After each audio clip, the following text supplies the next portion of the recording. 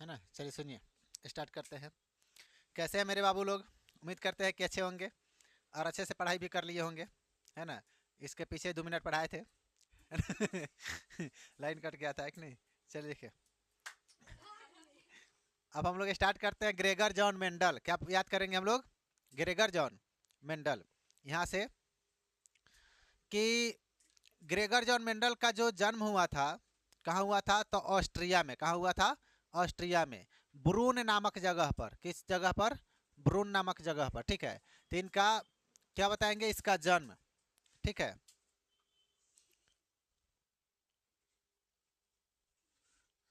क्या हुआ? देखिए, Gregor John Mendel, Gregor John Mendel, ये जो थे ऑस्ट्रिया के ब्रून नामक स्थान पर ईसाइयों के एक क्या थे? मठ में पादरी थे। क्या थे? पादरी थे, ठीक है।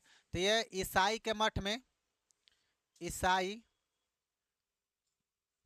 ईसाई मठ में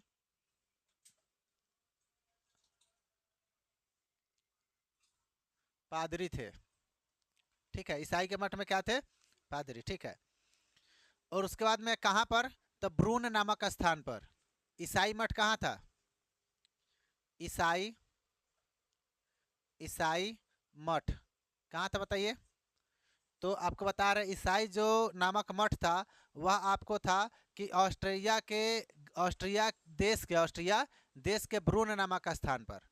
लिखेंगे यहाँ पर, ऑस्ट्रिया, ऑस्ट्रिया के ब्रून नामक स्थान पर, स्थान पर। यानी कि ईसाई मठ कहाँ था बताइए?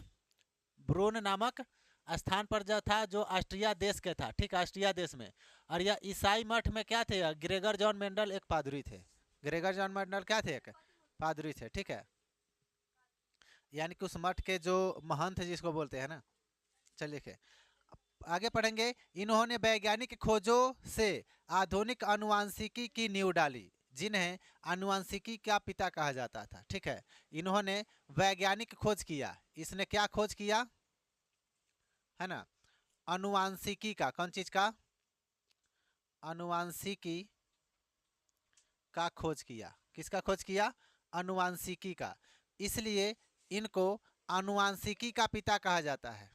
इन्हें इन्हें अनुवांशिकी का क्या कहा जाता था? अनुवांशिकी का, अनुवांशिकी का पिता कहा जाता है।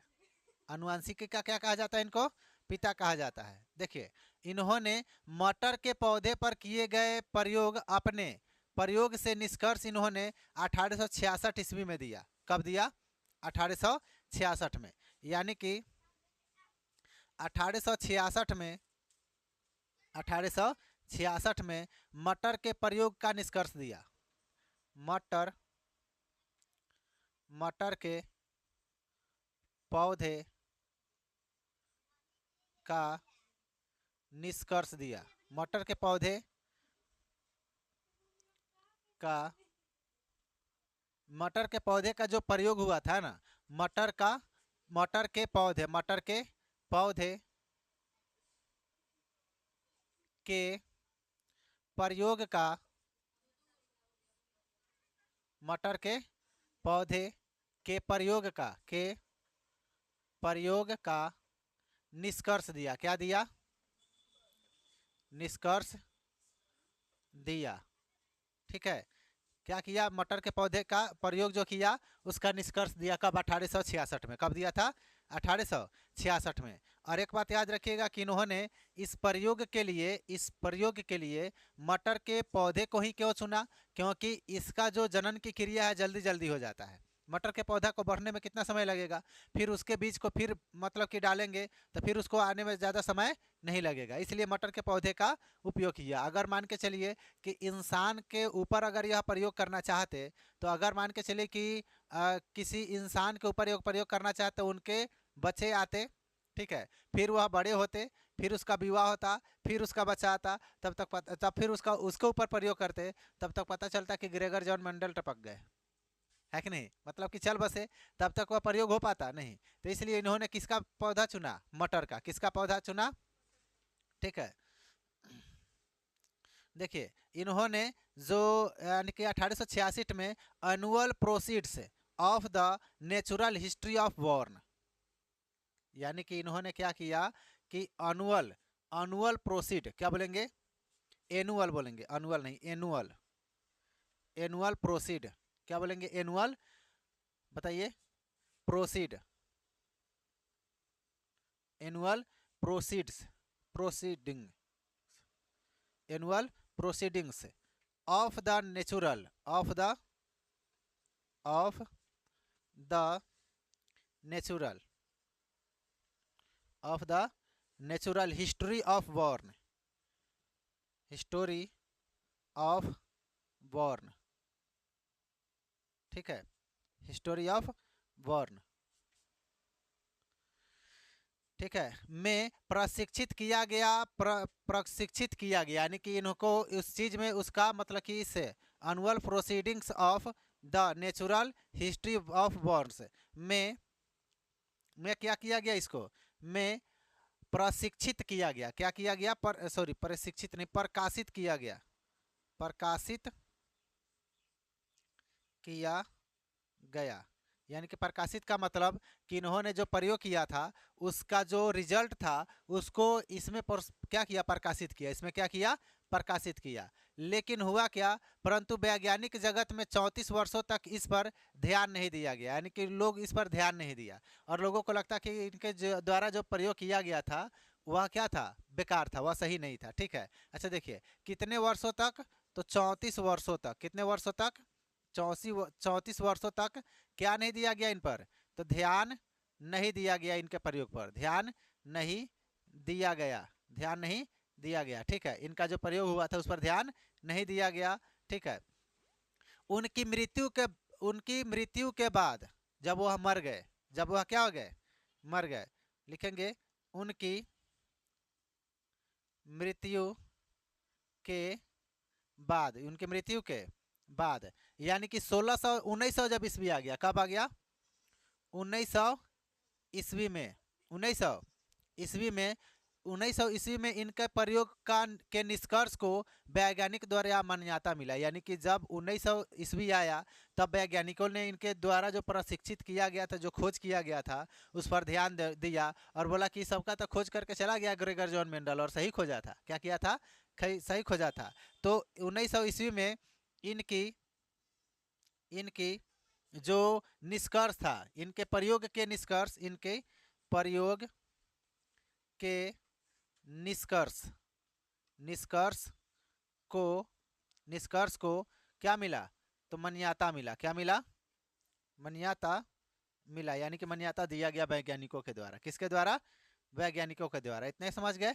पूछा जाएगा बताइए इसमें से कि ग्रेगर जॉन मेंडल के बारे में अगर क्वेश्चन पूछा जाएगा, बताइए ग्रेगर जॉन मेंडल को किसके पिता कहा जाता है, तो अनुवांशिकी के पिता। इन्होंने किसका खोज किया था, तो अनुवांशिकी का, किसका, अनुवांशिकी का। यह कहाँ के मठ में पादुरी थे, तो बोलेंगे ऑस्ट्रिया के ब्रून नामक स्थान पर जो ईसाई मठ था, क्या था, ईसाई मठ, तो उसी का क्या थे, पादरी थे। पूछेगा तो ये ईसाई मठ कहाँ है, तो बोलेंगे ऑस्ट्रिया के ब्रून नामक स्थान पर, ऑस्ट्रिया के ब्रून नामक स्थान पर। फिर बोला जाएगा कि इन्होंने मटर के पौधे का प्रयोग का निष्कर्ष कब दिया था, तो 1866 में। कहाँ दिया था, एनुअल प्रोसीड्स ऑफ द, यानी कि नेचुरल हिस्ट्री ऑफ बॉर्न, ठीक है, उसमें इन्होंने प्रकाशित किया था अपने रिजल्ट को।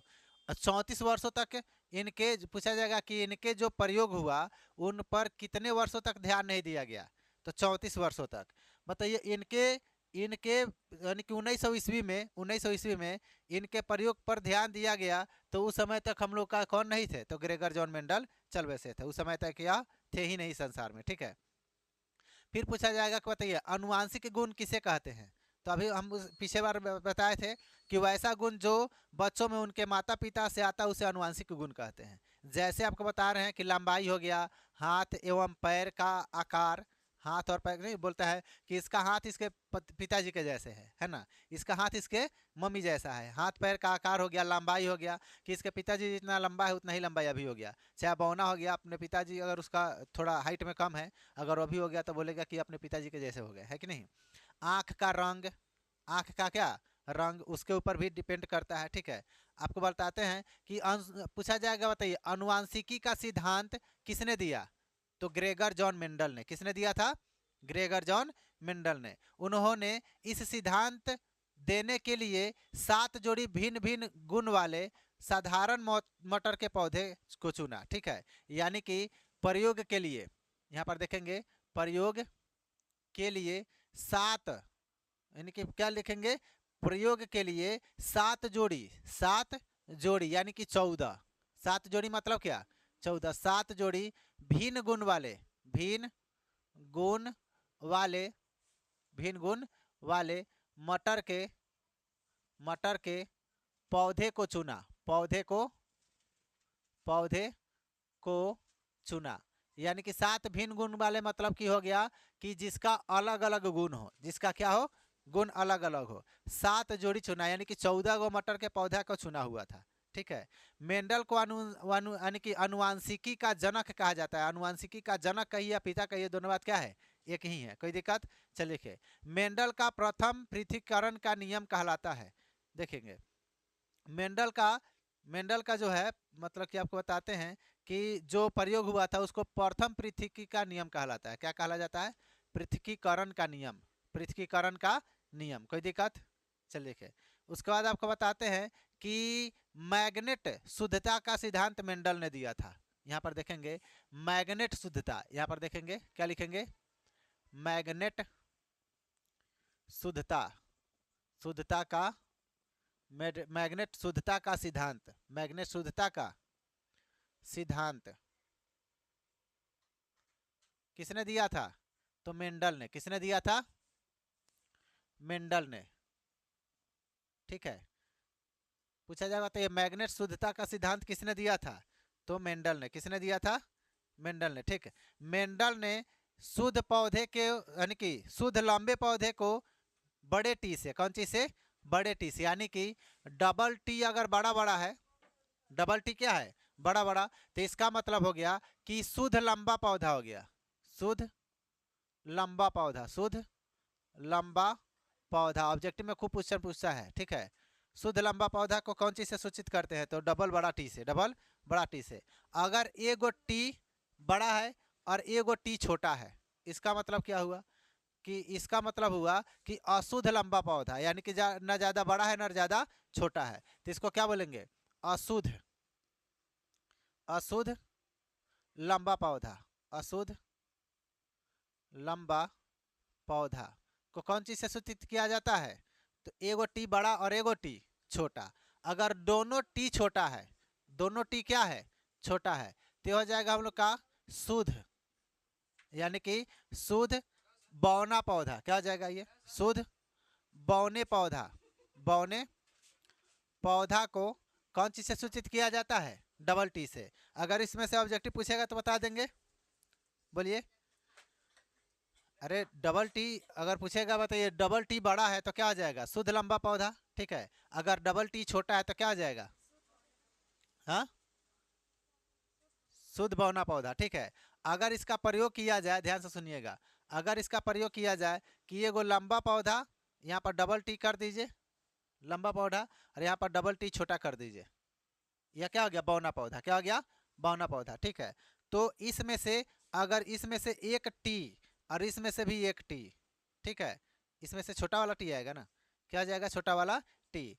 अगर इस दोनों का निषेचन किया जाए, यानी कि इस दोनों को मिलाया जाए, तो इसका जो प्रोडक्ट होगा, इसके आने वाला जो वंशज होगा इस मटर के पौधे का, वह कैसा होगा? तो यह जो होता है, यानी कि यह टी, यानी कि क्या आ जाएगा? बड़ा टी और छोटा टी, बड़ा टी और छोटा टी। तो यह बढ़ जाएगा 2 भागों में।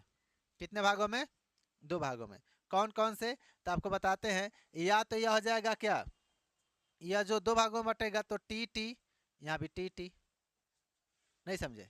इसका मतलब हो गया कि अगर अगर पिताजी लंबा है और मम्मी क्या है? छोट है। ठीक है, तो उनका जो आने वाला मतलब कि जो वंशज होगा वह क्या हो जाएगा? मीडियम हो जाएगा, अशुद्ध लंबा हो जाएगा, न ज़्यादा हाइट होगा न ज़्यादा छोटा होगा। ठीक है, यानी कि न पापा जैसे होंगे हाइट में, न मम्मी जैसे, दोनों के बीच में, दोनों के कहाँ? मतलब कि हाइट में। ठीक है, चलिए देखिए, समझ आया? तो ये फर्स्ट पीढ़ी हुआ, क्या हुआ यह बताइए, यह क्या हुआ, फर्स्ट पीढ़ी। ठीक है, यानी कि यह बता रहे हैं आपको एफ से फर्स्ट और क्या आ जाएगा फर्स्ट पीढ़ी, क्या हो गया यह फर्स्ट पीढ़ी। ठीक है, आपको लिखिए देते हैं पहला पीढ़ी, पहला पहला पीढ़ी। ठीक है, पहला पीढ़ी, कोई दिक्कत। चलिए लिखे, इसके आगे अगर बताते हैं, अब मान के चलिए कि अब यह मतलब कि मान के चलिए कि यह उनका प्रोडक्ट हुआ, मतलब कि उनका बाल बच्चा हुआ। ठीक है, अब इसका बाल बच्चा कैसा होगा, तो देखिए ई तो एगो हो गया बड़का टी, एगो हो गया छोटका टी, है ना, यानी कि अशुद्ध है, यह भी बड़का टी और छोटका टी। तो इसका जो प्रोडक्ट होगा, मान के चलिए देखिए यहाँ पर बताते हैं कि इधर से अगर टी, इधर से अगर टी बड़ा वाला और इधर से भी बड़ा वाला टी, यह दोनों आ गया तो बड़ा वाला टी हो जाएगा, यानी कि लंबा हो जाएगा। क्या आ जाएगा, लंबा हो जाएगा ना। अच्छा देखिए, अगर अगर क्या किया जाए कि इधर से बड़ा वाला टी, इधर से बड़ा वाला टी और इधर से छोटा वाला टी, तो क्या हो जाएगा बड़ा टी और छोटा टी, यानी कि फिर से मीडियम हो जाएगा, फिर से क्या हो जाएगा मीडियम। ठीक है, लेकिन अगर इधर से छोटा टी और इधर से क्या बड़ा टी, अगर यह दोनों मिलेगा तो क्या हो जाएगा, यह भी मीडियम हो जाएगा ना। अच्छा देखिए, इधर से फिर ले लीजिए छोटा टी और इधर से ले लीजिए बड़ा टी, तो क्या हो जाएगा डबल टी बड़ा हो जाएगा, यानी कि लंबा हो जाएगा। क्या हो जाएगा लंबा। ठीक है, अब इसमें देखिए कितनी संभावना बना अब इसमें, है ना, दूसरा पीढ़ी में, दूसरा पीढ़ी में। ठीक है, तो दूसरा पीढ़ी में यानी कि कितनी संभावनाएं बना, या तो लंबा भी हो सकता है ना, मीडियम भी हो सकता है, समझे, या फिर लंबा हो सकता है, मीडियम हो सकता है और फिर से क्या हो जाता है लंबा भी हो सकता है। एक और स्थिति बनेगा, कौन सा स्थिति, तो अगर इधर से छोटा वाला टी और इधर से भी छोटा वाला टी, अगर दोनों टी छोटका मिल गया तो क्या बनेगा, शुद्ध बौना बन जाएगा, एकदम बौना हो जाएगा। ठीक है, चलिए देखिए, आप पूछा जाएगा तो ये अनुवांशिकी के पिता किसको कहा जाता है, तो क्या बोलेंगे मेंडल साहब को, किसको मेंडल साहब को। ठीक है, फिर पूछा जाएगा कि अनुवांशिकी शब्द किसने दिया, यह मेंडल का नाम रखा हुआ नहीं, अनुवांशिकी, अनुवांशिकी जो नाम रखा उसका नाम था टी एच मार्गेन। क्या नाम था, टी एच मार्गेन।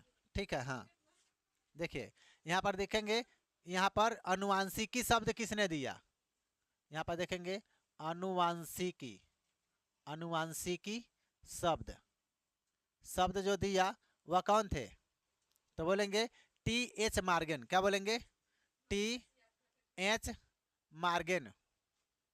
ठीक है, टी एच मार्गेन। ठीक है, हाँ टी एच मार्गेन जो था यह इनका शब्द दिया। जैसे कि अगर मान के चलिए कि किसी घर में मान लीजिए कि अमीश का बच्चा हुआ, अमीश का नहीं मतलब कि दोनों का ही का, समझिए अमीश का बेटा हुआ। ठीक है, अब वहाँ पर जो उसका मान के चलिए कि जरूरी थोड़ी है कि अमीश ही उसका नाम रखेगा, नहीं, कोई दूसरा कोई भी रख सकता है। तो इसी तरह से खोज किया कौन, ग्रेगर जॉन मेंडल, लेकिन नाम कौन रखा, तो टी एच मार्गेन, वह शब्द दिया उसने, नाम दिया उसने। ठीक है, किसने नाम दिया, टी एच मार्गेन ने। हाँ देखिए, अब पढ़ेंगे वातावरण में चेंज। ठीक है, अब क्या हो गया,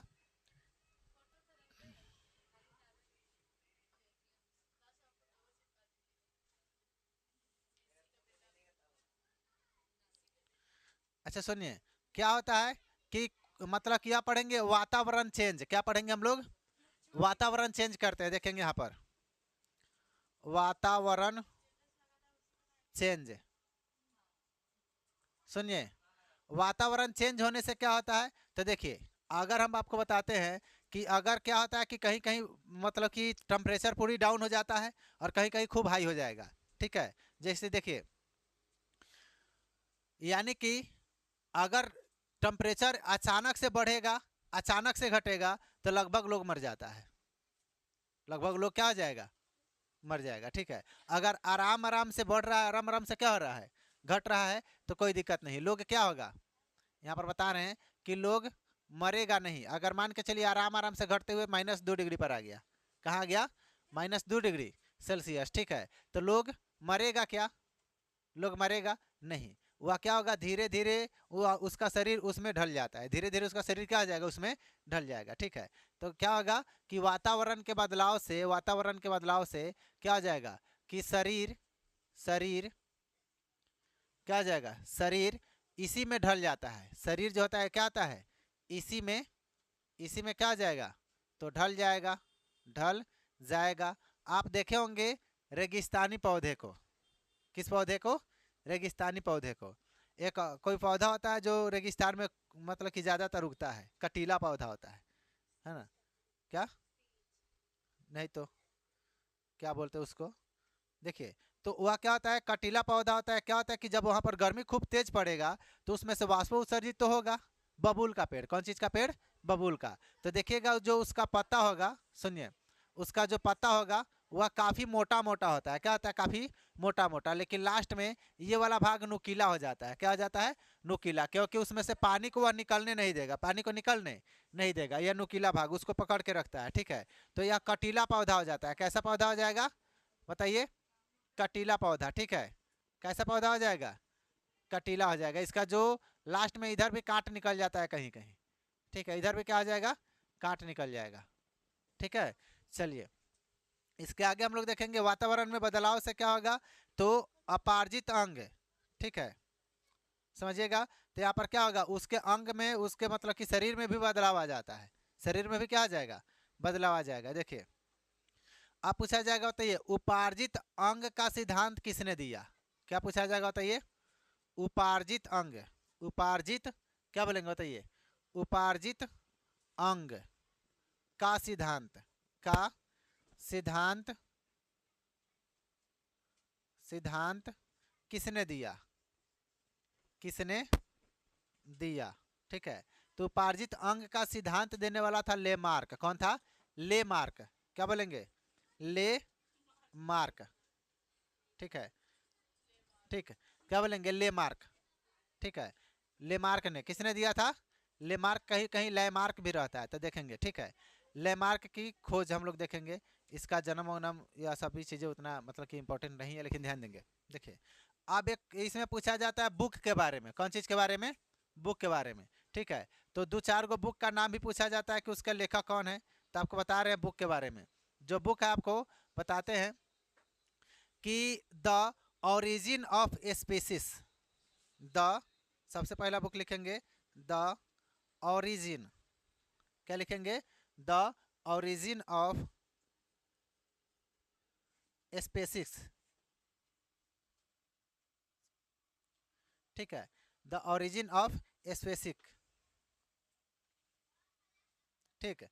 जो इसके लेखक के बारे में पूछा जाएगा कि बताइए इसका लेखक कौन था, तो बोलेंगे डार्विन। कौन, डार्विन, ठीक है। कौन था इसका लेखक, डार्विन, डार्लिंग नहीं, डार्विन। कौन था इसका लेखक, डार्विन, ठीक है। नहीं तो पूछेगा तो ये और द ओरिजिन ऑफ स्पीसीज के लेखक कौन था, तो बोलिएगा डार्लिंग नहीं, डार्विन। कौन, डार्विन, ठीक है। हाँ हाँ, चलिए देखिए आप सुनिए। लेकिन इसने इस बुक में क्या लिखा, तो गतियों की, यानी कि गतियों की संतति, क्या लिखा बताइए, नहीं गतियों की नहीं, जातियों की संतति। कौन चीज, जातियों की संतति, ठीक है। देखिए सुनिए, क्या है कि जातियों की संतति, जातियों की संतति, ठीक है। इसमें जातियों की संतति के बारे में बताया गया, ठीक है। अगला को बुक का नाम है फिलोसफी ऑफ जूलॉजी, यानी कि जूलॉजिक। क्या है, फिलोसफी ऑफ जूलॉजिक। यहाँ पर लिखते हैं फिलोसफिक, क्या लिखेंगे, फिलोसोफिक, फिलोसोफिक,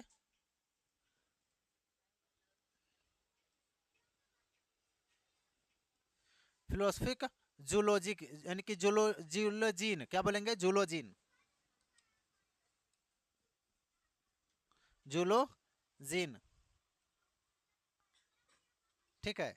या इसका जो लेखक था, इसका लेखक कौन था, तो इसका लेखक लैमार्क था। कौन था, लैमार्क, ठीक है। दिख रहा है ना, लैमार्क। इस, ये वाला नहीं दिख रहा है, ये अभी लैमार्क दिख रहा है, देखिए लैमार्क, इसके लेखक कौन थे, लैमार्क। ये तो नहीं दिखा होगा फिर, चल देखिए लैमार्क था, समझ में आ गया। अच्छा देखिए उसके बाद में था द द माइक्रोग्राफिया। अगला बुक क्या था, द माइक्रोग्राफिया, यहाँ पर लिख देते हैं द माइक्रोग्राफिया। ठीक है, द माइक्रोग्राफिया। इसके लेखक जो थे वह थे रॉबर्ट हुक। कौन था? Robert Robert Hooke. हाँ, जो सोच रहे हो वाला नहीं, रॉबर्ट हुक। ठीक है, समझिए इसके लेखक कौन थे? रॉबर्ट हुक थे। ठीक, इसको नोट कीजिए। वो कहते हैं ना कि जब सब जगह खिचड़ी पक रही हो आपके नाकामयाबी की, जब सब जगह खिचड़ी पक रहे हो आपके नाकामयाबी की, आप हिम्मत दिखाओ, मेहनत करो और खीर बंटवा दो अपने कामयाबी की, और खीर बंटवा दो अपने कामयाबी की, है कि नहीं? चलिए हम लोग स्टार्ट करते हैं बायो को। आज हम लोगों को पढ़ना है जीन प्रारूप। क्या? जीन प्रारूप। देखिए, एक और क्या है, चलिए सुनिए। कहते हैं ना कि सपने वो नहीं जो रात को सोते वक्त देखते हैं। सपने वो नहीं जो रात को सोते वक्त देखते हैं, सपने तो वो है जो रात में सोने नहीं देते हैं, है कि नहीं? चलिए, तो स्टार्ट करते हैं हम लोग। जीन प्रारूप क्या स्टार्ट करते हैं बताइए? जीन प्रारूप या जीनोटाइप। जीन प्रारूप या जीनोटाइप। अच्छा देखिए, एक और बात बता रहे हैं, ध्यान से सुनिएगा कि कितना कोई ताली नहीं बजाता है, इसलिए कि इतना कोई बजा रहा है तो हम नहीं बजाएंगे तो क्या ही फर्क पड़ जाएगा, है कि नहीं? तो भगवान भी ऊपर से देखते हैं कि इतना किसी को दिए रही, एक तुमको नहीं देंगे तो क्या फर्क पड़ेगा, है कि नहीं? सही बता रहे हैं। देखिए देखिए क्या पढ़ना है उनको, जीन प्रारूप या जीनोटाइप। चलिए सुनिए, क्या पढ़ना है बताइए? जीन प्रारूप या जीनोटाइप।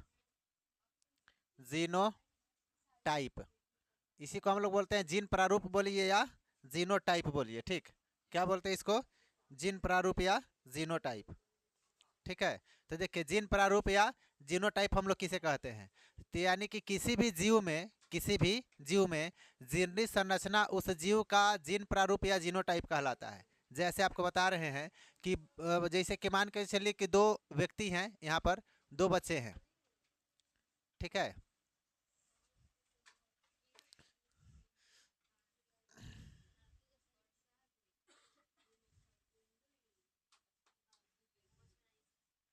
देखिए तो ये मान के चलिए कि ये दोनों है भाई बहन। दोनों क्या है? भाई बहन।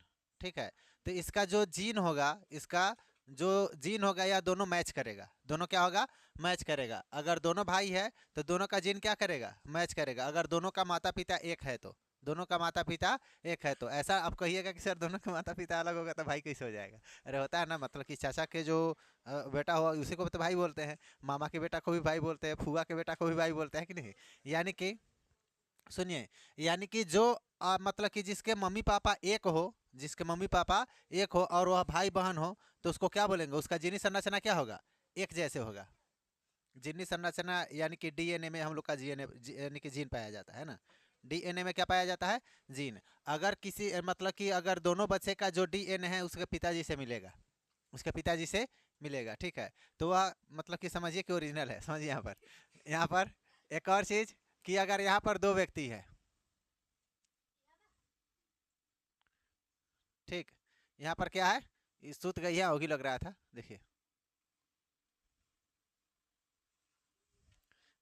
देखिए, यह समझेंगे, यह दोनों क्या है? यह दोनों दोस्त है। ये दोनों क्या है? दोस्त है। तो क्या इसका जीन मिलेगा? इसका जीन मिलेगा? नहीं मिलेगा। क्यों? क्योंकि यह दोनों दोस्त है। दोनों के मम्मी पापा क्या है? अलग है। दोनों के मम्मी पापा क्या है? अलग है। तो इसका जो जीन मतलब कि ना के बराबर मिलेगा, मिलेगा ही नहीं, इतना समझिए। मिलना संभव मतलब कि नहीं तो नहीं बोल सकते, किसी किसी का मिल भी जाएगा तो, है ना? चल देखिए, अगर पड़ोस में का दोस्त होगा तो कैसे कह सकते हैं कि नहीं? चलिए देखिए,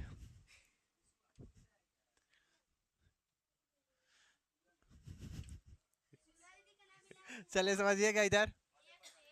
तो जीन समझ गए, जीन प्रारूप या जीनोटाइप। तो देखेंगे किसी किसी जीव की जीनी संरचना या जीनी संरचना उस जीव का जीन प्रारूप या जीनोटाइप कहलाता है। ठीक है, तो क्या बोलेंगे यहाँ पर? किसी जीव की, किसी जीव की जीनी संरचना, जीनी संरचना, जीनी संरचना या जीनी संरचना, जीनी संरचना उस जीव की, बोलेंगे उस जीव की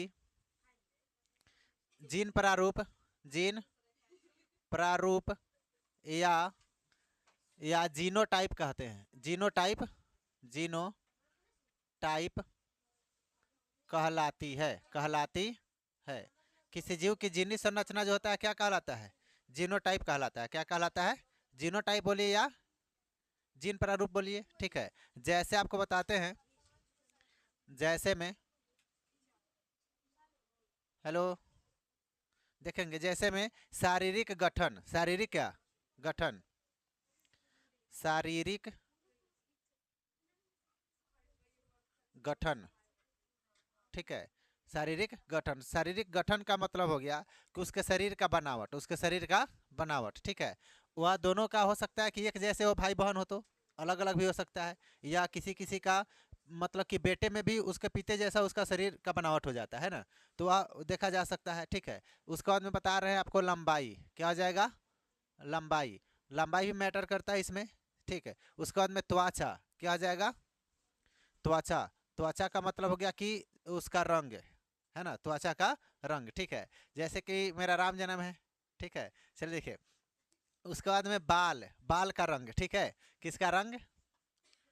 बाल का रंग, ठीक है। बाल का रंग समझते हैं ना, यानी कि किसी का देखिएगा पिताजी का बाल एकदम भूअर भूअर है, तो उसके बेटा का भी बाल कैसा हो जाएगा? भूअर भूअर हो जाएगा, ठीक है। अगर मतलब कि पिताजी का बाल गया उसका भी गया है कि नहीं? चलिए देखिए, अरे होता है, मतलब कि यह जरूरी नहीं है कि पिताजी का ही वह असर पड़े आपके ऊपर, वह आपका किसी किसी का तो पिताजी का बाल रहता है, उसके पुत्र का चला जाता है कि नहीं? तो वह खाने पीने के ऊपर भी डिपेंड करता है। अगर शरीर में उसका बहुत कारण हो सकता है कि अगर आपका भोजन का पचना अगर सही से नहीं हो रहा है तो भी बाल झड़ना शुरू हो जाता है, ठीक है। अगर आपके शरीर में विटामिन सी की कमी है तो भी बाल झड़ना शुरू हो जाता है, समझ में आया? तो इसका जरूरी नहीं है कि पिताजी से वह गुण मिले, ठीक है। चलिए देखिए, आपको बताते हैं कि अब पढ़ेंगे अनुवांशिक गुण, क्या होगा? अनुवांशिक गुण। और एक होता है सामाजिक गुण, ध्यान से समझेंगे। एक होता है क्या? अनुवांशिक गुण, अनुवांशिक, अनुवांशिक गुण, ठीक है। और एक होता है क्या? सामाजिक गुण, ठीक है। एक क्या होता है? अनुवांशिक गुण, और एक क्या होता है? सामाजिक गुण। अनुवांशिक गुण किससे मिलता है? तो अनुवांशिक गुण हम लोग को मिलता है माता पिता से। किससे मिलता है बताइए? माता पिता से, समझ में आया? तो अनुवांशिक गुण किससे मिलता है? माता पिता से। जिसमें क्या हो जाएगा आपका? इसमें हो जाएगा आपका लंबाई हो गया, ठीक है। क्या हो जाएगा? लंबाई हो जाएगा, मोटाई हो जाएगा, ठीक है। चौड़ाई नहीं होता है, मोटाई समझ लीजिए, चौड़ाई को मोटाई समझ लीजिए, है कि नहीं? चौड़ाई हो गया, ठीक है। मोटाई लिख दिया का, मोटाई, अच्छा, अच्छा ठीक है, रहने दीजिए, मोटाई हो गया, ठीक है। गोरा हो गया, काला हो गया, है ना, जिसको हम लोग रंग बोल सकते हैं, रंग हो गया, ठीक है। तो यह किसका, तो एक ऐसा किसके ऊपर गुण ऊपर करता है, तो इसको हम लोग बोलते हैं अनुवांशिक गुण। क्या गुण? अनुवांशिक गुण, समझ में आया? अच्छा देखिए, अब यहाँ पर देखेंगे सामाजिक गुण। कौन सा गुण? सामाजिक गुण। सामाजिक गुण का मतलब हो गया कि जो हमारे समाज से मिलता है, जो हमारे समाज से मिलता है। जैसे कि देखिएगा कि एक ऐसा समाज, एक ऐसा समाज, जैसे कि समझिए, समाज का मतलब समझिए, फैमिली में ही समझ लीजिए कि अगर आप अपने पापा से, अपने मम्मी से क्या होते हैं, मतलब कि उनके बातों का आदर करते हैं, उनके बातों को मानते हैं, तो आपके जो वंशज होंगे, आपके जो बच्चे होंगे, वह भी आपके बातों को मानेंगे। क्यों? क्योंकि वह आदर करना सीखेगा आपके फैमिली से सीखेगा, है कि नहीं? आपके फैमिली से सीखेगा। अगर आप अपने पिताजी को अपशब्द बोलते हैं, अच्छे से बात नहीं करते हैं, तो आपका बेटा भी आपसे अच्छे से बात नहीं करेगा। क्यों? क्योंकि वह सीख रहा है। वह क्या कर रहा है? सीख रहा है। तो इसको हम लोग सामाजिक गुण बोलते हैं। समाज में क्या होता है कि समाज में जो हमारे परंपराएं होती हैं, समाज में जैसे कि हम लोग क्या करते हैं, जैसे कि पिताजी को कोई बोल रहा है, तो अगल बगल में जो चाचा दादाजी लग रहे हैं, एकदम बेशरम है, इसको बोलने का तमीज़ नहीं है कि नहीं? आपको डांटेगा तो आपके अंदर लगेगा कि नहीं, पिताजी को या किसी बड़े को अपशब्द बोलना यह गलत है। तो कौन सा गुण मिल रहा है आपको? सामाजिक गुण। कौन सा गुण? सामाजिक गुण, ठीक है। क्लियर है? तो देखिए, तो इसको में हम लोग क्या समझेंगे? समाज से मिलने वाले गुण को क्या बोलेंगे? सामाजिक गुण।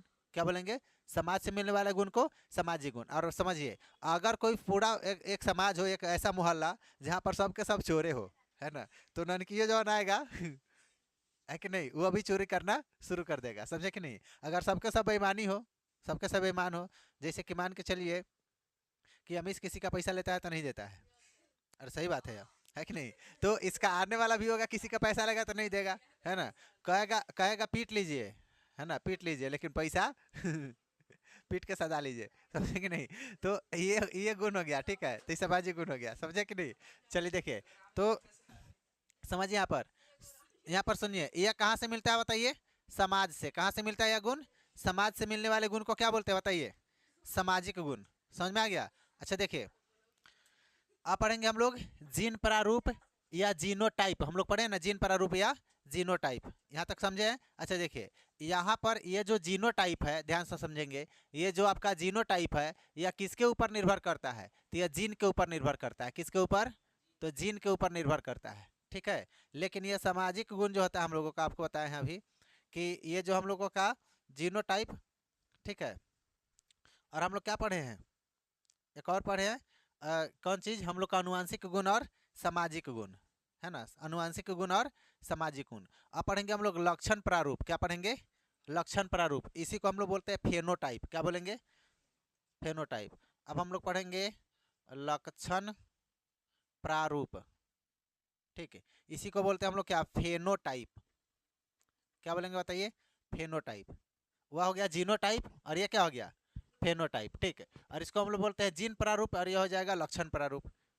क्लियर है। देखिए, तो इसमें क्या होता है कि जीन प्रारूपता था, यानी कि जीन प्रारूप तथा वातावरणीय दशाओं द्वारा निर्धारित वैसे वैसे अनुवांशिक लक्षण जो जो यानी कि जो स्पष्ट दिखाई पड़ते हैं, उसे लक्षण प्रारूप या फेनोटाइप कहते हैं। यानी कि वैसा गुण जो दिखाई देता है, जो क्या करता है, दिखाई देता है, उसको हम लोग क्या बोलते हैं, फेनोटाइप। जैसे जैसे कि मान के चलिए कि कोई बोलता है ना कि यह लड़का बहुत अच्छा है ना, इसका लड़का क्या है, बहुत अच्छा है, यानी कि उसका जो वास्तविक गुण है, उसका रहने का तरीका है, वह सब लोगों को दिखाई देता है। और देख करके जो अनुमान लगाते हैं कि नहीं ये लड़का ठीक है, तो क्या आया, क्या आया, तो यह लक्षण प्रारूप हो जाएगा। क्या हो जाएगा, लक्षण प्रारूप, जो दिखाई देता है, जो क्या होता है, स्पष्ट रूप से दिखाई देता है। और जो मतलब कि नहीं होता है कि अगर समाज से गुजर रहे हैं तो आप आगे बढ़ गए, पीछे से 5 गड़ आ रहे हैं ना, तो समझ लीजिए कोई कैसा लड़का होगा, समझे कि नहीं। तो यह क्या हो गया, वह दिखाई देता है लोगों को, है ना। तो इसे को हम लोग क्या बोलते हैं, लक्षण प्रारूप या फेनोटाइप।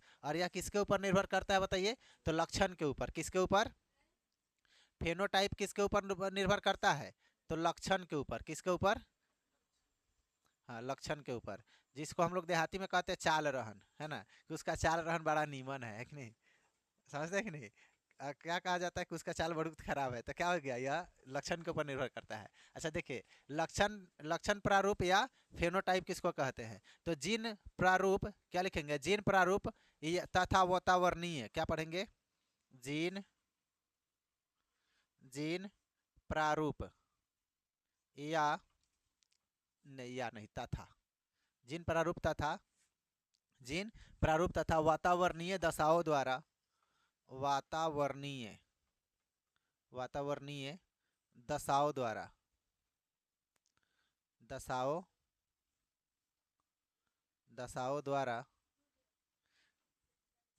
वातावरणीय दशाओं द्वारा निर्धारित वैसे अनुवांशिक लक्षण, निर्धारित निर्धारित वैसे अनुवांशिक लक्षण, अनुवांशिक अनुवांशिक लक्षण, ऐसे अनुवांशिक लक्षण जो स्पष्ट दिखाई पड़ते हैं, जो स्पष्ट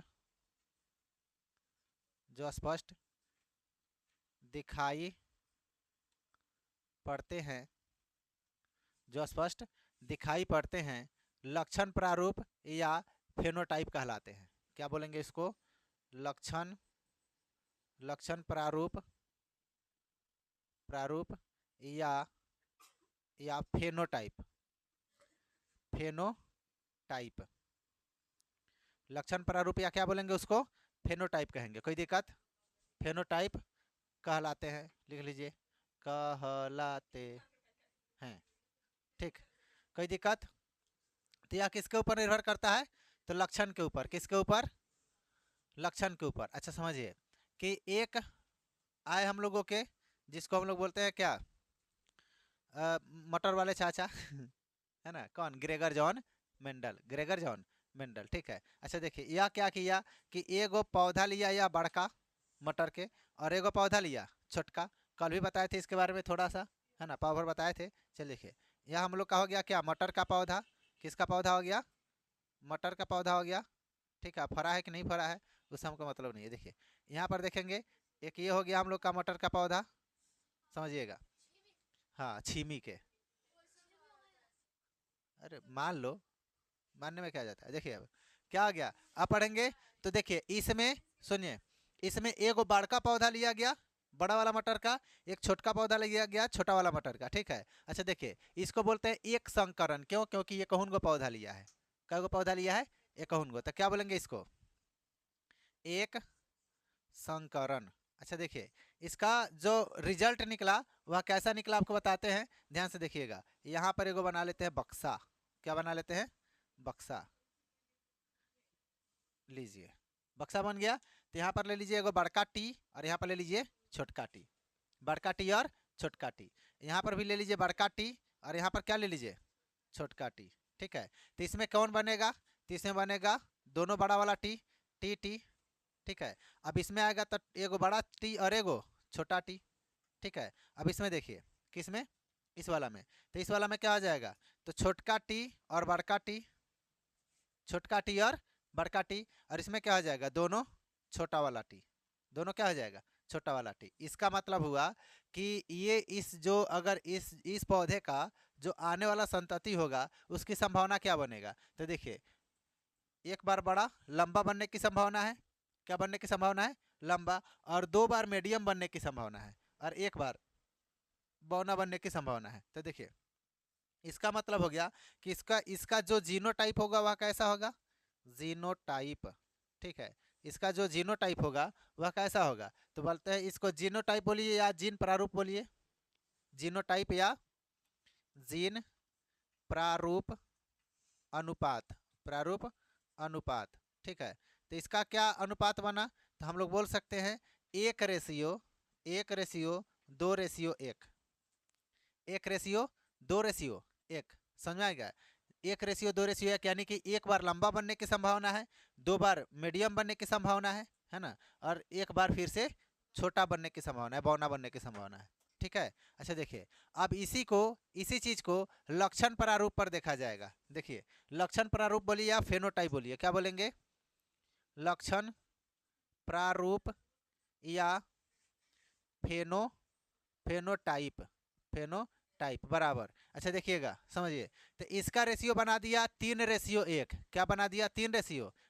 अच्छा देखिएगा जैसे समाज में होता है ना, या खास करके ये सब चीज़ें शादी विवाह के मौके पर ज़्यादा सुनने को मिलेगा। कहेगा लड़का तो इका छोट है, तो वही लोग बगल में जो रहेगा, हाँ कहने छोट है, ठीक ठाक तो है, ज़्यादा छोट ना है और ज़्यादा बड़को ना है, लड़का मीडियम है, ठीक है कि नहीं। मतलब कि उसके नज़र में वो छोटा नहीं है, उसके नज़र में वह छोटा नहीं, यानी कि जो न बड़ा है ज़्यादा और न ज़्यादा छोटा है, यानी कि मीडियम है, तो उसको बड़के में गिना जाता है। किस में गिना जाता है, तो देखिए अगर यह दोनों मीडियम है तो इसको बड़का में गिनिएगा तो 1, 2 और 3, 3 गो बड़का हो गया, है ना। और जो एकदम बौना होगा उसको छोटका में गिनेगा लोग कि हाँ लड़का छोट है चाहे लड़की छोट है कि नहीं। तो यह किस में आ जाएगा, छोटा में। तो इसका रेशियो क्या आ जाएगा, 3:1। पूछेगा बताइए एक संकरण के आधार पर जीनोटाइप का अनुपात क्या है, तो बोलेंगे 1:2:1। बोलेगा कि लक्षण प्रारूप के आधार पर यानी कि एक संकरण के अनुपात क्या है, तो 3:1। क्या आ जाएगा बताइए, 3:1, ठीक है। अच्छा देखिए मेंडल के यानी कि एक संकरण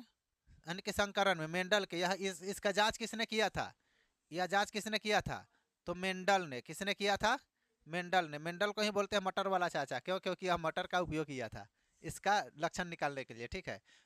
अभी नहीं सोच लीजिएगा कि सर जी मटर बेचता था, बेचता नहीं था, समझे कि नहीं। क्या करता था वह, इस पर प्रयोग किया हुआ था। जैसे कि नहीं होता है कि गांव में घुमा घुमा के मटर लेवा हो, इसे ना, ठीक है उसका प्रयोग किया हुआ था, ठीक है। अब पढ़ेंगे मेंडल के एक संकरण यानी कि संकरण में हम लोग पढ़ लिए कि क्या क्या होता है। अब पढ़ेंगे द्विसंकरण, क्या पढ़ेंगे बताइए, द्विसंकरण। तो द्विसंकरण यहाँ पर बनाते हैं हम लोग हेडलाइन, द्विसंकरण, ठीक है। तो द्विसंकरण में क्या हुआ था, तो दो गो पौधा लिया था, यानी कि दो गो बड़का वाला, दो गो छोटका वाला, दो गो बड़का वाला, दो गो छोटका वाला। तो द्विसंकरण में यानी कि इसका जो लक्षण प्रारूप निकला, लक्षण प्रारूप। ठीक है, लक्षण प्रारूप बोलिए। ठीक है, तो लक्षण प्रारूप कौन, नीचे वाला। लक्षण प्रारूप कौन हो गया, नीचे वाला। तो इसका रेशियो निकला था, आपको बताते हैं। इसका रेशियो निकला था 9 रेशियो, क्या निकला था, 9 ratio 3 ratio 3 ratio 1। 9 ratio 3 ratio 3 ratio 1। ठीक है, उसके बाद में आपको बताते हैं कि जीन प्रारूप अगर देखा जाए, इसका जीन प्रारूप। ठीक है, तो जीन प्रारूप देखा जाए तो इसका रेशियो निकला था 1:2:2:4। 1:2:2:4। 1:2:2:4 और फिर 1:2:1:1:2:1। देखिए, 1:2:1:1:2:1। कोई दिक्कत, 1:2:1:1:2:1। कोई दिक्कत, इतना इसका रेशियो निकला हुआ था। तो कहिएगा सर याद होगा, कैसे नहीं याद होगा, अगर अभी बोल दे मोबाइल नंबर याद करना है, 10 को याद हो जाएगा एक ही बार में। लेकिन ये नहीं याद होगा कि नहीं, 1 2 3 4 5 6 7 8 9 एगो है, एगो का में है कि नहीं, तो वह याद हो जाएगा। ये कहे नहीं याद होगा जी, है ना। उसके लिए तो कहना नहीं पड़ेगा, उसके लिए तो मोटिवेशन नहीं चाहिए कि सर याद नहीं होता है कि नहीं। उसके लिए मोटिवेशन नहीं चाहिए, लेकिन इसके लिए मोटिवेशन, सर नानू याद होता है। समझे कि नहीं, चलिए देखिए। आगे समझेंगे। तो देखिए, तो यह क्या हो गया, यह हम लोगों का मेंडल का द्विसंकरण नियम हो गया। कौन हो गया, द्विसंकरण नियम। ठीक है, चलिए आगे देखेंगे। अब एक आया लैमार्कवाद। क्या पढ़ना हम लोग का, बताइए। हेलो, क्या हुआ, देखिए यहाँ पर क्या पढ़ना हम लोग को बताइए, लैमार्कवाद। हेलो, क्या पढ़ना बताइए, लैमार्कवाद, या इसी को बोलते हैं उपार्जित लक्षणों के वंश, यानी कि वंशगति सिद्धांत। क्या पढ़ना बताइए, या इसी को बोलते हैं, क्या बोलेंगे इसको, उपार्जित लक्षणों का, उपार्जित लक्षणों का, उपार्जित लक्षणों का। हेलो, क्या देखेंगे इसका, उपार्जित लक्षणों का वंश, यानी कि वंशागति सिद्धांत, वंशागति सिद्धांत।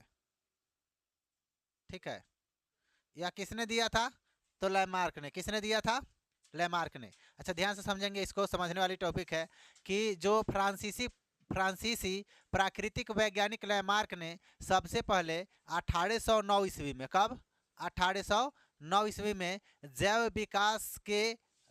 विकास के अपने विचारों को अपनी पुस्तक यानी कि फिलोसफिक जूलॉजिक में प्रकाशित किया था। किसमें प्रकाशित किया था, फिलोसफिक जूलॉजी में। किसने प्रकाशित किया था बताइए, फिलोसफिक जूलॉजी में प्रकाशित किया हुआ था। और क्या बताए हुए थे उन्होंने कि इसे लैमार्कवाद या उपार्जित लक्षणों का वंश, यानी कि वंशगति सिद्धांत कहते हैं। इसके अनुसार जीवों के यानी कि जिन जिन अंगों का ज़्यादा या कम उपयोग होता है, उन अंगों वह यानी कि वह अंग अपने आप क्या होते हैं, परिवर्तित होने लगता है, और उनके व्यवहार में वातावरण का सीधा प्रभाव पड़ता है। यानी कि इनके कहने का अर्थ हो गया कि इन्होंने एक बुक लिखा। इन्होंने क्या लिखा, एक बुक। कब लिखा था, तो 1809 ईस्वी में। कब लिखा था बताइए, 1809 ईस्वी में। जिसका नाम क्या रखा था, नाम रखा था इन्होंने कि, बता रहे हैं आपको कि फिलोसफिक जूलॉजिक। क्या रखा था, फिलोसफिक जूलॉजिक। क्या नाम रखा था बताइए, फिलोसफिक जूलॉजिक। ठीक है, क्या नाम रखा होता है ये, फिलोसफिक जूलॉजिक। इसमें बताया हुआ था कि जिस अंग का उपयोग हम लोग कम करते हैं, जिस अंग का उपयोग हम लोग कम करते हैं, उस पर सीधा वातावरण का प्रभाव पड़ता है, और वह जो अंग होता है हम लोगों का कम उपयोग जो अंग होता है, उसमें परिवर्तन होने लगता है। उसमें क्या होने लगता है, परिवर्तन। यानी कि जिस शरीर के जिस अंग का आप कम यूज करेंगे, उसमें परिवर्तन आपको देखने को मिलता है। जैसे कि हम लोग दाहिने हाथ का ज़्यादा यूज करते हैं, लेकिन बाएं हाथ का कम यूज करते हैं। कोई भी सामान उठाते हैं तो बिना माइंड सोचे पहले दाएं हाथ दाएं से आगे बढ़ेगा, है कि नहीं, लेकिन बायां हाथ आगे बढ़ता है नहीं। अगर ये हाथ अगर किसी काम में लगा हुआ है, या हाथ आपका, या मतलब कि नहीं समझ रहे सकते हैं, मतलब कि इसमें इससे हाथ को मतलब कि किसी चीज़ को उठाने के लिए मतलब कि यह नहीं है, रेडी नहीं है, मतलब कि कुछ है हम लोग के हाथ में, जैसे कि मार्कल है, अब कुछ उठाना होगा तो यह हाथ तो है खाली नहीं, खाली है नहीं, तो मजबूरन हम लोग बाएं हाथ का यूज करते हैं। मजबूरन किस हाथ का यूज करते हैं? बाएं हाथ का। लेकिन दाएं हाथ का यूज हम लोग ज़्यादा करते हैं, तो यह हम लोगों का ज़्यादा एक्टिव रहता है, यह ज़्यादा काम करेगा, लेकिन यह कम काम करता है। समझे कि नहीं? आप किसी चीज़ को बाएं हाथ से उठाएंगे तो मतलब कि देहाती भाषा में कहा जाता है ना कि लौ नहीं पड़ रहा है कि नहीं? समझे कि नहीं? और उसी को दाएं हाथ से उठाएंगे तो क्या हो जाएगा? उठ जाएगा। समझे कि नहीं? तो देखिए, तो या वही बता रहे हैं, तो देखिए हम लोग का बाएं हाथ का ज़्यादा यूज नहीं है। बाएं हाथ का ज़्यादा यूज है नहीं, तो आने वाला समय में बाएं हाथ गायब, एगो हाथ वाला समझे कि नहीं? आप समझिए। अब धीरे धीरे क्या है, हम लोग का इसका कान का ये टोपा का यूज नहीं है, नहीं सर, चश्मा है ना। तो अब चश्मा बहुत कम लोग पहनता है, लेकिन इसका यूज नहीं ना है। इसका काम है इसको सुरक्षा देना, यो गायब हो जाएगा, खाली यह ही रहेगा जिसमें आवाज, है ना? समझ में आ रहा है? हाई खाली रहेगा, ठीक है। उसके बाद में लड़की सबको देखिएगा, हेयर कटिंग करती है, पूरा झड़ जाएगा, टकली हो जाएगी सब, है कि नहीं? क्लियर है? हम लोग दाढ़ी अभी शौक से रखते हैं कि आने वाला समय में खत्म नहीं हो, है कि नहीं? समझ में आ रहा है? अगर इसको रखना बंद कर दे कि कहीं खत्म हो जाएगा, तो हम लोग को चिन्ह भी नहीं करेगा समझा कि नहीं? चलिए देखिए यहाँ पर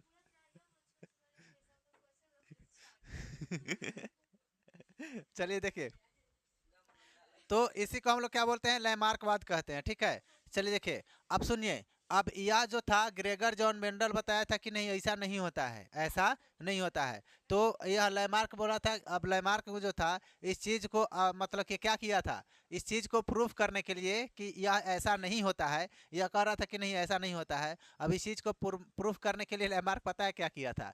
अब यह मटर का उपयोग किया था, तो वो चूहा के उपयोग किया। मूस देखे ना, मूस देहाती भाषा में कहा जाता है, चूहा का उपयोग किया, ठीक है। वो पता है क्या करता था? एक चूहा पकड़ा, ठीक है, उसके लिए स्पेशल व्यवस्था किया कि अब भाग कर कहीं जाए नहीं, ठीक है। और क्या किया पता है? उसका पूछवा काट दिया। पूछ क्या कर दिया? काट दिया। अब कह पता है क्या कह रहा था? अब कह रहा था कि देखते हैं इसका जो आने वाला वंशज है उसमें पूछ हो रहा है कि नहीं, ठीक है। तो जो उसका वंशज हुआ, उस पूछ का जो मतलब कि जनन हुआ, तो उस पूछ में क्या आ गया? उसमें उसमें पूछ आ गया, ठीक है। तो फिर से उठाया, फिर काट दिया। समझे कि नहीं? फिर बिना पूछ के घूमते रहा, ठीक है। फिर उसका आया, उसका भी काट दिया समझे कि नहीं?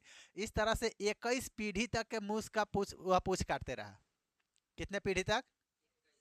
लेकिन पूछ आ जाता था समझे कि नहीं? हाँ। तो क्या हुआ कि लैमार्क के सिद्धांत का खंडन जर्मन का वैज्ञानिक वाइसमान ने, देखिए यह लैमार्क ने बताया था कि जिस अंग का आप उपयोग नहीं करते हैं, वह क्या हो जाएगा? अपने आप नष्ट हो जाएगा, खत्म हो जाएगा, या क्या हो जाएगा? उसमें हम लोगों का वह ज़्यादा एक्टिव नहीं रहेगा। समझे कि नहीं?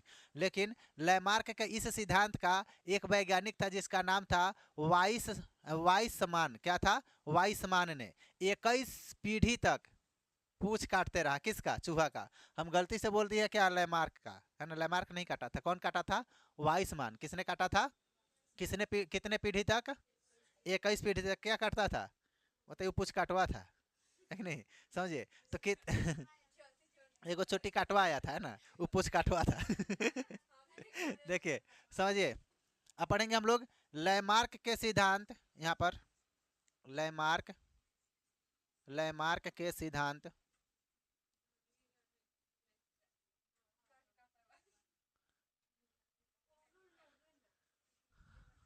लैमार्क के सिद्धांत। अच्छा देखिए, जब वह छोटी कटवा का उस समय खूब हला हुआ था, तो लड़की सबके पास ऐसे भी दिमाग नहीं होता, वो हेमलेट पहन के सोती थी सब। हे भगवान, सही बात है कि नहीं? कितना गोड़ा को तो देखे हम वीडियो में, वह पीछे ना नींबू मिर्चा ठीक है, एक बारी कथी होता है? लहसुन नहीं, कथी तो नहीं होता। हाँ, वो सब लटका के घूम रही थी केस में कि केस नहीं काटेगा। लो, क्या पता, हम नहीं जानते। देखिए, लैमार्क के सिद्धांत का खंडन, लैमार्क के सिद्धांत का खंडन, ठीक है। हेलो, ध्यान से सुनिए। लैमार्क के सिद्धांत का खंडन वाइसमान ने वाइस वाइसमान ने वाइसमान वाइसमान ने कितने मतलब कि चूहों का पूछ काटा था? वाइसमान ने चूहे के, यहाँ पर लिखेंगे, चूहे के 21 पीढ़ी, 21 पीढ़ी के 21 पीढ़ी के पूछ काट कर किया। पूछ काट कर किया। अच्छा देखिए, आप लोग पढ़े होंगे कि जो होता है ना कि पहले के ज़माने में इंसान का भी पूछ होता था। हाँ, समझे कि नहीं, लेकिन उसका जरूरत नहीं था, गायब हो गया। अभी सोच कर देखिए, ये सब हनुमान जी लगता सब है कि नहीं, पूछ वाला समझे कि नहीं। चलिए देखिए, अब पढ़ेंगे आगे कि समजात अंग किसे कहते हैं। समझेंगे इधर, यहाँ पर देखेंगे क्या पढ़ना हम लोग को, समजात अंग। अच्छा देखिए समझेंगे, हेलो, समजात अंग यानी कि ऐसा अंग, ध्यान से सुनिएगा, जिसका यानी कि ऐसा अंग जिसका बनावट या संरचना एक जैसे हो, एक जैसे हो लेकिन काम अलग अलग हो। काम क्या हो, अलग अलग हो, उसको क्या कहते हैं, समजात अंग कहते हैं। क्या कहते हैं उसको, समजात अंग। जैसे आपको बताते हैं, इसका परिभाषा लिख लेते हैं। वैसा अंग, वैसा अंग जिसका, जिसका बनावट, जिसका बनावट या संरचना, बनावट या संरचना क्या हो, तो एक जैसे हो, एक जैसे हो, और एक जैसे हो, और क्या हो, उसका कार्य, और उसका, उसका कार्य अलग अलग हो। उसका कार्य क्या हो, अलग अलग, अलग अलग हो, अलग अलग हो, उसे, उसे हम लोग क्या कहते हैं बताइए, समजात अंग कहते हैं। उसे क्या कहते हैं, समजात अंग, अंग कहते हैं। जैसे कि आपको बताते हैं कि हम लोगों के लिए इंसान का हाथ, इंसान का हाथ और कुत्ते का आगे का पैर, आगे का पैर, यह दोनों समजात अंग कहेगा, लेकिन उसका कार्य अलग अलग है, काम क्या है, अलग अलग है। हम लोग अपने हाथ का यूज खाना खाने में करते हैं, काम करने में करते हैं, लेकिन कुत्ते तो अपने आगे वाला पैर से थोड़ी खाता है ना। लेकिन कभी कभी देखिएगा दोनों हाथ के बीच में रोटी दबा देगा, है ना, और खाने लगेगा, तो उसका दोनों का अंग, हम लोग का बनावट एक ही जैसे होता है लेकिन काम अलग अलग है। काम क्या है, अलग अलग है। जैसे कि बिल्ली के आगे का पैर, है ना, और पक्षी का पंख, पक्षी का क्या, पंख, यह दोनों क्या है, समजात अंग है, लेकिन काम क्या है, अलग अलग। बिल्ली जो है उसका यूज दौड़ने में करता है कि नहीं, लेकिन हम लोगों का जो, हम लोगों का जो पक्षी होता है उसका यूज कौन चीज़ में करता है, उड़ने के लिए करता है, ठीक है, उड़ने के लिए। समझ में आया। अब पापा के परी के पास पंख नहीं होता लेकिन पापा के परी है, देखिए, समझे कि नहीं। अब पढ़ेंगे समझात अंग, समझ गए, समझात अंग समझे कि नहीं। चलिए देखिए, अब पढ़ेंगे असमजात अंग। हेलो, एक और चीज पढ़ना इसमें, क्या, असमजात अंग, समझेंगे। असमजात अंग किसे कहेंगे, तो ऐसे दो अंग जिनकी बनावट और, यानी कि बनावट और संरचना में भिन्न हो, अलग अलग हो, क्या बनावट हो और संरचना क्या हो, अलग अलग हो, परंतु उसका कार्य एक जैसा हो, उसे असमजात अंग कहते हैं। जैसे कि पक्षी और तितली के पंख, पक्षी और तितली के पंख, यह दोनों का बनावट अलग अलग है, बनावट क्या है, अलग अलग है, लेकिन लेकिन इसका जो है काम एक ही है, काम क्या है, एक जैसे है, तो इसको क्या कहेंगे, समझात अंग। असमझात अंग बोलेंगे, क्या बोलेंगे, असमझात अंग, है ना। तो बोलेंगे ऐसे दो अंग, ऐसे दो अंग, ऐसे दो अंग जिनकी बनावट, जिनकी बनावट, जिनकी बनावट या संरचना, क्या बोलेंगे, बनावट या संरचना, जिनकी बनावट या संरचना भिन्न हो, क्या हो, भिन्न हो, और कार्य एक जैसे हो, भिन्न हो, लेकिन, लेकिन किंतु परंतु, लेकिन कार्य एक जैसे हो, कार्य एक जैसे हो, एक जैसे हो, उसे क्या कहेंगे बताइए, उसे हम लोग क्या बोलेंगे, असमझात अंग। क्या बोलेंगे, असमझात अंग। जैसे में, जैसे में हम लोग देखते हैं, जैसे तित यानी कि पक्षी के पंख, पक्षी और, और तितली के पंख, तितली के,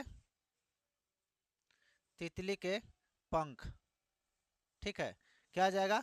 इसका बनावट क्या होता है? दोनों का बनावट अलग अलग होता है। जैसे कि देखेंगे इसके नीचे दिखेगा क्या?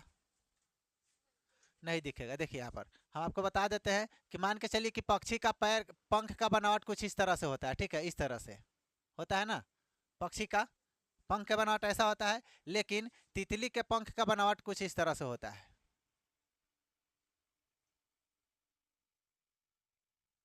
इस तरह से होता है ना। आप इसमें देखिएगा दोनों का बनावट अलग अलग है। दोनों का बनावट क्या है? अलग अलग है, लेकिन काम एक जैसे है। काम क्या है? एक जैसे। दोनों का यूज क्या होता है? उड़ने में ही तो होता है, लेकिन इसका बनावट अलग अलग है। इसको बोलेंगे असमजात अंग। क्या बोलेंगे? असमजात अंग। लेकिन इसी के उल्टा अगर बनावट अलग अलग है, बनावट क्या है? अलग अलग, लेकिन काम, काम मतलब कि सॉरी, बनावट मतलब क्या है? वैसा अंग जिसका बनावट या संरचना एक जैसे होता है लेकिन काम अलग अलग होता है, तो क्या बोलेंगे उसको? समजात अंग। लेकिन ऐसा अंग जिसका बनावट अलग अलग हो और काम एक जैसा हो, उसको क्या बोलेंगे? असमजात अंग। क्या बोलेंगे उसको? अग असमजात अंग। ठीक है, अब हम लोग पढ़ेंगे लिंग निर्धारण। ध्यान से सुनेंगे, क्या पढ़ेंगे बताइए? लिंग निर्धारण। चलिए देखिए, यहाँ पर हम लोग हेडलाइन डालते हैं, लिंग निर्धारण। ठीक, क्या नहीं आ रहा है? आ गया। चलिए देखिए, लिंग निर्धारण। तो निर्धारण हम लोग का क्या होता है? तो मतलब कि लिंग धारण निर्धारण का मतलब हो गया कि जो बच्चे होते हैं उसमें लिंग का निर्धारण कैसे होता है, यानी कि कब लड़का बनेगा, कब लड़की बनेगा। ठीक है, चलिए देखिए आपको बताते हैं। चलिए देखिए, यहाँ पर मान के चलिए कि हो गया पुरुष। क्या आ जाएगा? पुरुष। और यहाँ पर क्या ले लीजिए? महिला। महिला बोलिए या स्त्री बोलिए, दोनों बात क्या है? स्त्री, स्त्री बोलिए, महिला बोलिए, मादा बोलिए, है ना, सब एक ही है। चलिए समझिए। अब यहाँ पर देखेंगे कि इसमें जो होता है, महिला में और पुरुष में दोनों में 44 गो गुणसूत्र होते हैं। कितने होते हैं बताइए? 44 गो नहीं, 46 गो। क्या होता है? 46 गो। तो कहिएगा सर आप तो 44 लिखे हैं, हम तो 44 ही लिखेंगे, आपको दिक्कत है? हम लिखेंगे 44। देखिए यहाँ पर 44 गो गुणसूत्र होता है, यानी कि इसका मतलब हुआ कि 22 जोड़ा बराबर होता है। 22 जोड़ा गुणसूत्र क्या होता है? बराबर। लेकिन एक जोड़ा गुणसूत्र अलग अलग होता है। एक जोड़ा गुणसूत्र क्या होता है? अलग अलग। अगर पुरुष है तो इसमें पाया जाएगा एक्स वाई। क्या पाया जाएगा बताइए? X Y. किस में? पुरुष में। किस में? पुरुष में। अगर महिला है तो उसमें क्या पाया जाता है? X x. ठीक, आप समझिए। तो इसमें अगर समझेंगे तो इसमें जो गुण सूत्र होते हैं तो बराबर होते हैं, है ना। इसमें यानी कि 22 जोड़ा और इसमें भी यानी कि 22 गो। दोनों में क्या क्या गो? 22 गो। ठीक है, यानी कि इसमें समझेंगे, इसमें हम लोग का एक्स आ जाएगा और इसमें क्या आ जाएगा? वाई। ठीक है, दोनों में क्या हो जाएगा? 22 22। 22 गो और 22 गो 44 गो। 22 गो और 22 गो 44 गो। लेकिन इसमें देखेंगे महिला में तो इसमें भी 22 गो और क्या? 22 गो। तो 22 गो क्या आ जाएगा? एक्स, और 22 को क्या आ जाएगा? एक्स।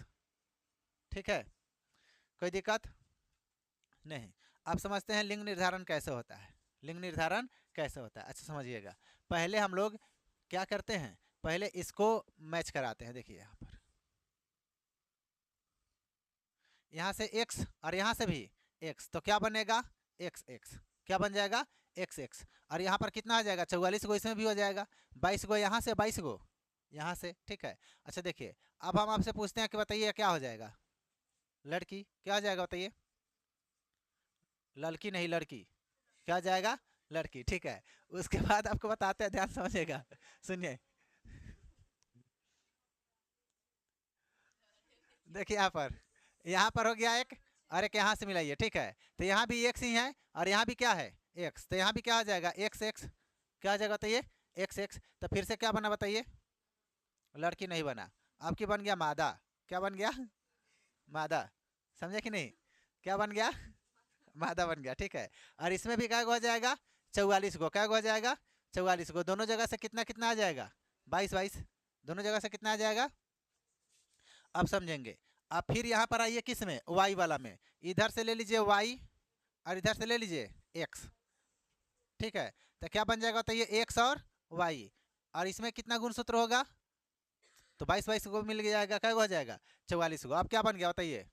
लड़का। क्या बन गया? लड़का। ठीक है, अब सुनिए, अब यहाँ से फिर ले लीजिए यहाँ से, और यहाँ से फिर इसको मिला दीजिए। ठीक, अब क्या बन गया, फिर से बन गया एक्स वाई। क्या बन गया, एक्स वाई। हम वाई एक्स लिखेंगे, देखिए यहाँ पर।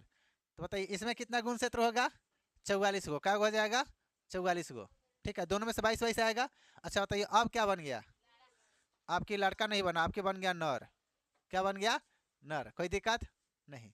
तो आप कहिएगा, ध्यान से सुनिएगा, आप कहिएगा कि इसमें तो एक व्यक्ति में जो एक महिला होती है, बच्चे को जन्म देती है, तो उसमें लड़का और लड़की होने का चांसेस जो होता है 50-50 होता है।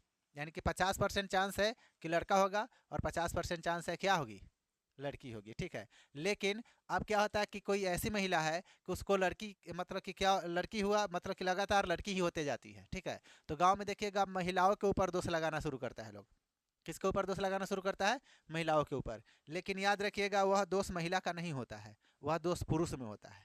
किस में होता है, पुरुष में। क्यों, क्योंकि देखिए महिला में क्या होता है बताइए, एक्स एक्स। पुरुष में क्या होता है, एक्स वाई। अब पुरुष के जो हम लोगों का गुण सूत्र है उसके ऊपर निर्भर करता है कि अगर एक्स एक्स केवल मैच कर रहा है हर बार तो केवल लड़की होगा, है ना। लेकिन जब तक पुरुष का वाई वाला मैच नहीं करेगा, इस दोनों में से किसी से मैच करेगा तो लड़का हो जाएगा। समझ में आ रहा है ना, क्या हो जाएगा, लड़का हो जाएगा। तो वह दोष किस में होता है, पुरुष में। तो लोग महिलाओं का चेक करवाते हैं, गधा कहीं के, है ना। किसको चेक करवाना है, अमीश। हाँ, चलिए देखिए। तो इसमें इसमें दोषी कौन होता है बताइए, दोषी कौन होता है, पुरुष होता है, ना कि महिला होता ही है। समझ में आया, महिला नहीं होती है, कौन दोषी होता है, पुरुष होता है। कोई दिक्कत, चलिए देखिए।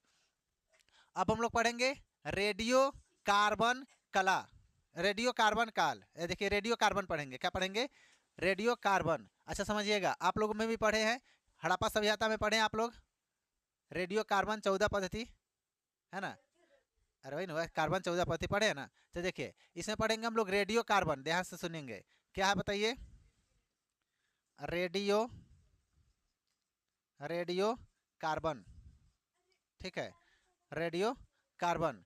यानी कि रेडियो कार्बन जो होता है इसको हम लोग बोलते हैं काल निर्धारण। क्या बोलते हैं, काल निर्धारण। रेडियो कार्बन या काल निर्धारण।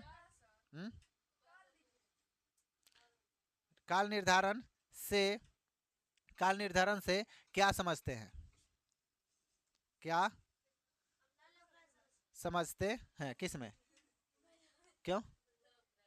देखिए क्या है काल निर्धारण, रेडियो कार्बन या काल निर्धारण से आप क्या समझते हैं, ध्यान समझिएगा। रेडियो कार्बन या काल निर्धारण से आप क्या समझते हैं। हम तो समझते हैं, आप लोग क्या समझते हैं, कुछ नहीं। चलिए देखिए हम समझाते हैं। तो देखिए यानी कि यह जो होता है यह जीवाश्म की आयु ज्ञात करने की एक वैज्ञानिक विधि है। जीवाश्म की आयु ज्ञात करने की क्या है, एक मतलब क्या है, यह वैज्ञानिक विधि है। इस विधि के द्वारा पुरानी चीज़ों, पुरानी से पुरानी वस्तु की आयु की ज्ञात की जा सकती है। यानी कि देखते हैं किसी किसी का मर्डर हो गया, उसका लाश ही नहीं मिल रहा है, यानी कि उसका ऑडियो मिल जाएगा ना, तो उस इस वैज्ञानिक विधि से पता चल जाएगा कि वो हमारा कहिया था। समझे कि नहीं, वह हमारा कहिया था। तो यही इसी को क्या बोलते हैं हम लोग, कार्बन 14 विधि बोलते हैं। उसमें कार्बन 14 विधि आप लोग पढ़े हैं, कार्बन 14 पद्धति है कि विधि है। अच्छा देखिए यहाँ पर क्या है, रेडियो कार्बन, रेडियो कार्बन या काल निर्धारण से आप क्या समझते हैं। ठीक है, समझेंगे। तो बोलेंगे यह जीवाश्म की आयु ज्ञात करने की एक वैज्ञानिक विधि है। क्या लिखेंगे इसका परिभाषा बताइए, लिखेंगे यह जीवाश्म, जीवाश्म की, जीवाश्म की, जीवाश्म की आयु ज्ञात करने की, आयु ज्ञात करने की एक, एक वैज्ञानिक विधि है, वैज्ञानिक, वैज्ञानिक विधि है। समझेंगे। या क्या लिखेंगे बताइए, या जीवाश्म की आयु ज्ञात करने की एक वैज्ञानिक विधि है। ठीक है, इस यानी कि इस विधि से, इस विधि के द्वारा पुरानी से पुरानी वस्तु की आयु ज्ञात की जा सकती है। लिखेंगे इस विधि के द्वारा, इस विधि के द्वारा, विधि के द्वारा पुरानी से पुरानी, पुरानी से, पुरानी से पुरानी, पुरानी से पुरानी वस्तु की, वस्तु की आयु ज्ञात की जा सकती है, ज्ञात की जा सकती है। ठीक है, आयु ज्ञात की जा सकती है। कोई दिक्कत? चलिए लिखे। तो रेडियो कार्बन विधि पढ़ लिए हम लोग, रेडियो कार्बन विधि पढ़ लिए ना। अच्छा देखिए, पूछा जाएगा, बताइए कि जो हम लोगों का 22 जोड़ा जो हम लोग का महिला में भी और पुरुष में दोनों में बराबर होता है, क्या होता है? 22 जोड़ा क्या होता है दोनों में बराबर? कहाँ लिखे इसको? यहाँ पर दिखेगा क्या? देखिए, तो यहाँ पर लिखते हैं कि 22 जोड़ा, कितना जोड़ा? 22 जोड़े क्या होते हैं? बराबर। क्या होता है बताइए? बराबर। दोनों में होता है जी, 22 जोड़ा बराबर होता है, लेकिन एक जोड़ा बराबर नहीं होता है। महिला में एक सेक्स हो जाता है और लड़की में क्या हो जाता है? अरे लड़की में एक सेक्स होता है और लड़के में क्या हो जाता है? X Y. ठीक है, तो इसको बोलते हैं 22 जोड़ा जो बराबर होता है उसको बोलते हैं ऑटोसोम। क्या बोलेंगे उसको? ऑटोसोम। पूछेगा बताइए कि जो महिला में भी और पुरुष में दोनों में कितने जोड़े ऑटोसोम बराबर होते हैं? तो 22 जोड़े। तो क्या बोलते हैं इसको बताइए? ऑटोसोम। क्या बोलेंगे इसको बताइए?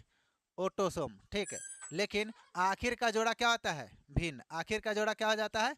भिन्न। ठीक है, समझेंगे यहाँ पर आखिर का जोड़ा भिन्न होता है। क्या होता है बताइए? भिन्न, मीन हो जाएगा। आखिर का जोड़ा भिन्न होता है, भिन्न होता है।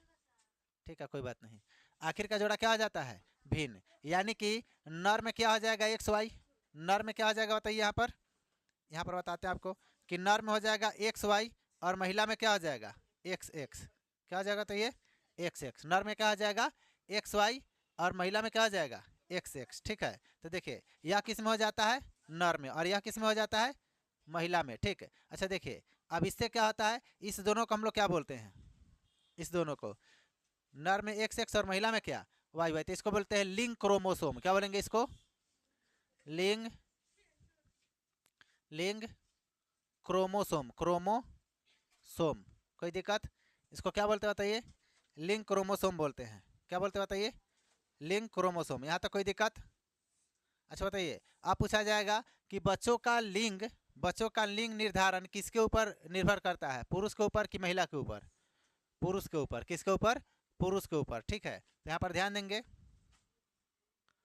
बच्चों का लिंग निर्धारण,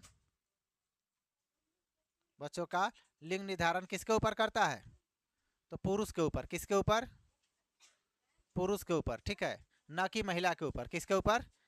महिला के ऊपर होता है क्या? नहीं। अच्छा देखिए, लिंग को क्रोमोसोम, पूर्ण जोड़ी किस में पाया जाता है? लिंग का क्रोमोसोम जो होता है, क्रोमोसोम पूछा है, बताइए क्रोमोसोम किसको कहते हैं? ऑटोसोम बोलते हैं। और इसी को क्रोमोसोम, यानी कि कितने, यानी कि लिंग का क्रोमोसोम किस में बराबर होता है? किस में? किस में? यानी कि किस में पूरा होता है? तो मादा में। किस में होता है? मादा में। क्यों? क्योंकि मादा में हम लोग का एक्स एक्स होता है ना?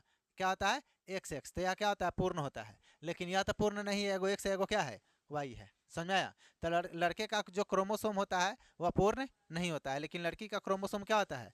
पूर्ण होता है। कोई दिक्कत यहाँ तक? बोलिए। नहीं ना? तो हम लोग का क्या हो गया? यहाँ से आज चैप्टर हम लोग का खत्म हो गया। हम लोग कल पढ़ेंगे चैप्टर नंबर 8। ठीक है, आप लोग नोट कीजिए और आप लोग व्हाट्सएप चैनल को ज्वाइन कीजिए।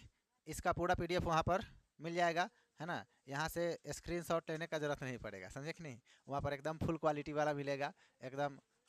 एयो के पेज पर फोटो कॉपी करवा लीजिएगा, समझे कि नहीं? चलिए, और आप लोग बेईमानी करते हैं, आप लोग क्या कीजिए, पढ़ाई खाली करते हैं और वीडियो को शेयर और लाइक नहीं करते हैं। ठीक है, आपका मोबाइल ब्लास्ट हो जाएगा कहिए, समझे? चलिए देखिए, नहीं तो चैनल पर पहली बार आया है, चाहे दूसरी बार आया है, चाहे तीसरी बार आया है, उसे कोई मतलब नहीं है। जाके चैनल को सब्सक्राइब कीजिए, वीडियो को लाइक कीजिए, अपने दोस्तों के साथ शेयर भी जरूर कीजिए, है कि नहीं? चलिए।